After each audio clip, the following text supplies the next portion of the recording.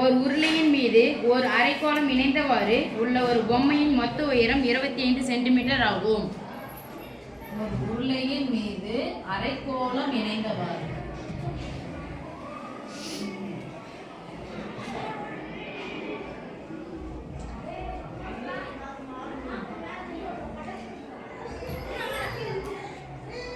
இதுதான் உருளை சாமி. இதுதான் கோளம். அரைக்கோளம் இணைந்தவாறு ஒரு பொம்மை இருக்குன்னு சொல்றாங்க.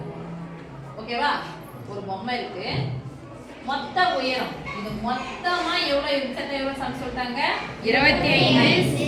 பொம்மையின் மொத்த உயரம் 25 சென்டிமீட்டர். அண்டர்ஸ்டாண்ட்? Yes miss. அடுத்து அதன் விட்டம் 12 சென்டிமீட்டர் எனில் பொம்மையின் மொத்த புறப்பரப்பை காண்க. விட்டம் கொடுத்துட்டாங்க. அப்ப விட்டத்துக்கு நமக்கு என்ன தேவை? ஆரம். படத்தை புரிஞ்சுக்கிட்டீங்களா? Yes miss. இது ஃபுல்லா 12 கொடுத்துட்டாங்க. அப்ப விட்டத்தில் பாதி ஆரம். அப்ப r = 12ல பாதி எவ்வளவு? 6 சென்டிமீட்டர். இப்போ இதுவும் ஆரம் தான். இதுவும் என்னது? ஆரம். அப்ப பொம்மையினுடைய மொத்த உயரம் 25 னா உருளையினுடைய உயரம் எனக்கு தேவைன்னா இந்த ஆரம் என்ன பண்ணின சாமி? அதுல இருந்து கழிச்சணும். இப்போ உருளையின் உயரம் உருளையின் உயரம்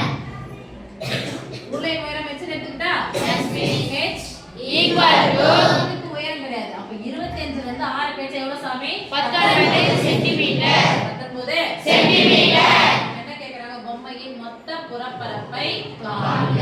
பொம்மையின் மொத்த புறப்பரப்பை காண்க.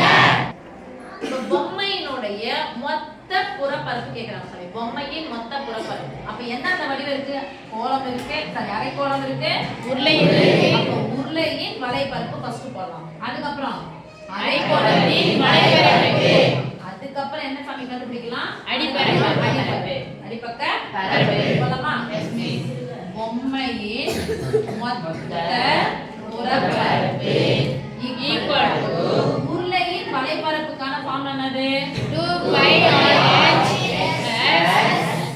அரைக்கோளத்தின் ஒரு கோணத்தின் 4πr². அப்ப அரைக்கோளத்தின் 2πr². அரைக்கோளத்தின் வலைப்பரப்பு 2πr² அடிப்பக்க பரப்பு எவ்வளவு? πr². வட்ட வடிவம். அதான் என்ன பண்ணுங்க, இது யாருன்னு பாருங்க. உருளையின் மொத்த புறப்பரப்பு அது கூட அடிப்பக்க பரப்பை கூட்டு. இல்ல உருளையின் வலைப்பரப்போட 2πr² ஒரு πr² சேர்த்தா 3πr². எதனா ஒரு மொத்த புறப்பரப்பை கூட்டுங்க. ஒண்ணு உருளையின் மொத்த புறப்பரப்போடு ஒரு அடிப்பக்க பரப்பை கூட்டுங்க. இல்லனா அந்த 3πr² அப்படிங்கிறது அரைக்கோளத்தின் மொத்த புறப்பரப்பு. அரைக்கோளத்தின் மொத்த புறப்பரப்போட யாரு கூட்டணும்? வலைப்பரப்பை கூட்டலாம். யாருடைய வலைப்பரப்பு? உருளையின் வலைப்பரப்பு. சரி போலாமா? Yes miss. 2πr² ஒரு πr² சேர்த்தா 3πr².